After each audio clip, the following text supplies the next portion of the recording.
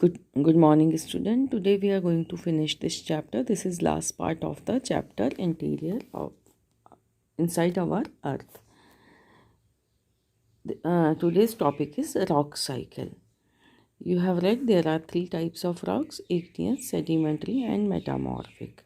The process of transformation of rocks from one to another type in given certain condition in a cyclic manner is known as rock cycle. In this diagram you can understand this. Okay. First, when the molten magma cools, it solidified becomes igneous rocks. In this you can see this. Okay, यहाँ से सबसे पहले igneous rock बना. Then igneous rocks are broken into small particles and transported and deposited by various agents of erosion and form sedimentary rock.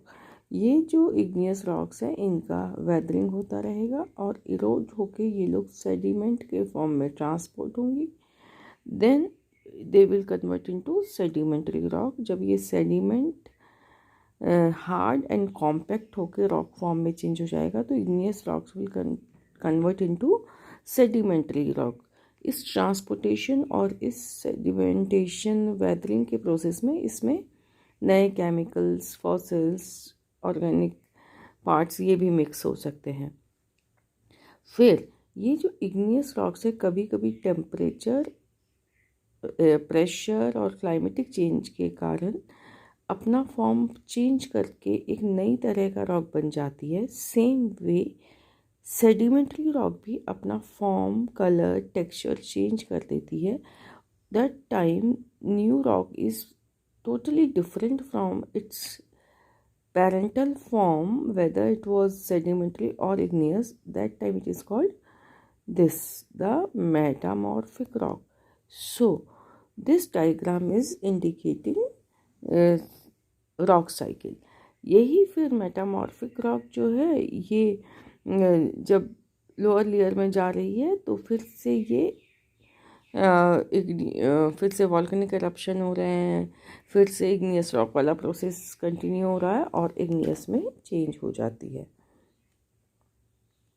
इसमें भी आप देख सकते हैं metamorphic rocks which are still under great heat and pressure melt down from and form molten magma. This molten magma again can cool down and solidified into igneous rocks. तो ये continue हमारा चल रहा है कि मेटामॉर्फिक रॉक उसी great pressure और heat में फिर से मोल्टेड फॉर्म में आ जाती है, मैग्मा में कन्वर्ट हो जाती है.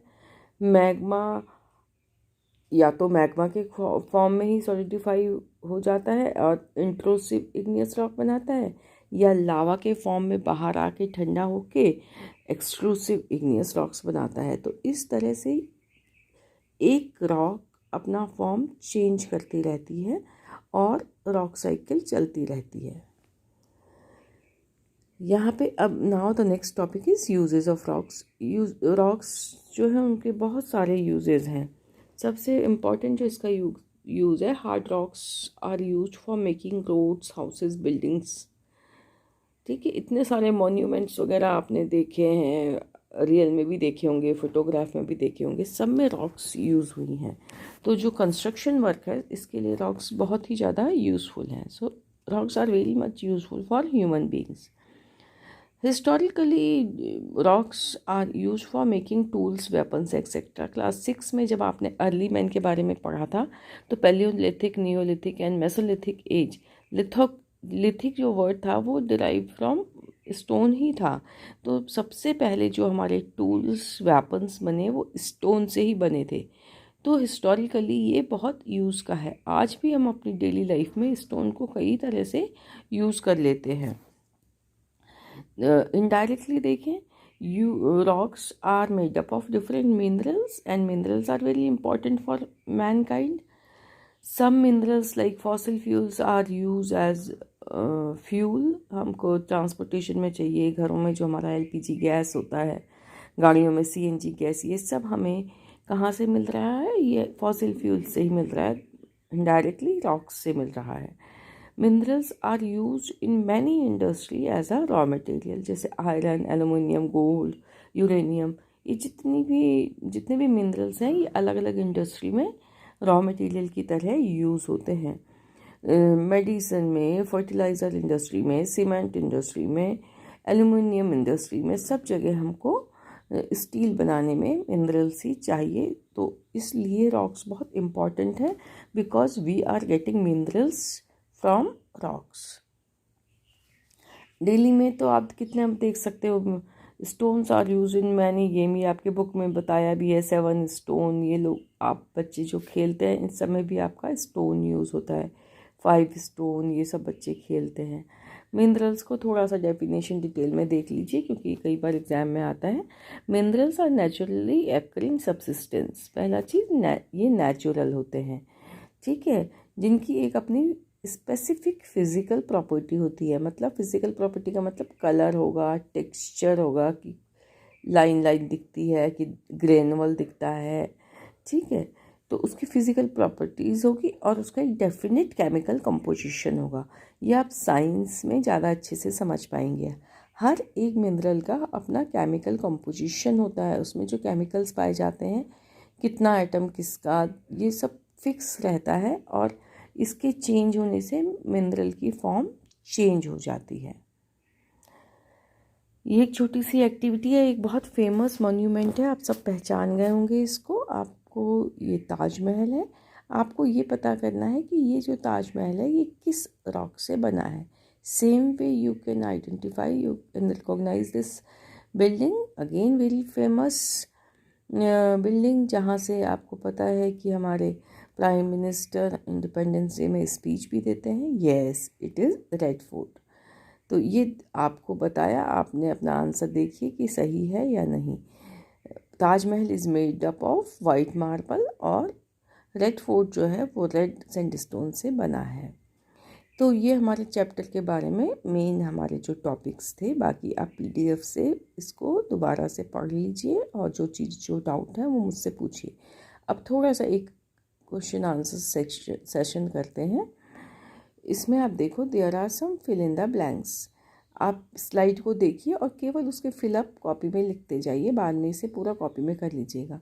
Dash rocks are also called primary rocks. बताइए कौन सा रॉक्स, लिखिए अपने नोटबुक में, which rocks are called primary rocks. Second question is gold, petroleum and coal are example of which type of rock. आगे लिखिए which type of rock and one specific term is given for them, वो term लिखिए। Third, the thinnest layer of the earth is। अर्थ की thinnest layer कौन सी है। आपको इस chapter के तीनों पार्ट्स के क्वेश्चन इसमें कवर किए गए हैं। The Taj Mahal is made up of, rock का नाम लिखिए। कोल and petroleum are example of, again वही टर्म लिखिए। ट्रू फॉल्स, मैं बोल रही हूँ, आप लिखते चलिए। There are 2 types of igneous rocks, intrusive and extrusive. Write down whether it is true और false. Rocks which contain fossils are metamorphic rock. क्या ये सही है? राइट डाउन ट्रू और false. Clay changes into slate and limestone into marble. True और false. It is constantly undergoing changes inside and outside the earth. इसमें आगे the earth भी है। इज दिस ट्रू और नॉट। हमारा चैप्टर इसी sentence के साथ शुरू हुआ था। Limestone is example of sedimentary rock. बताइए ये सही बात है या नहीं। The earth our home is a dynamic planet. ये क्वेश्चन नंबर 4 का ही दूसरा फॉर्म है। बताइए ट्रू और फॉल्स। इनको आप अपनी नोटबुक में भी कर लीजिएगा और मैंने आपको एक डायग्राम भी बनाने के लिए इनिशियली दिया था। अब एक और डायग्राम आप रॉक साइकिल वाला उसको भी बना लीजिए और कुछ भी डाउट है तो आप मुझे पूछिए। ये कुछ छोटे छोटे से क्वेश्चंस और हैं। Give an example of extrusive rock. What is the radius of earth. What is the core of the earth made up of. What is the innermost layer of the earth? Name the famous monument which is made up of red sandstone. Okay, तो ये questions आप कर लीजिए। Thank you.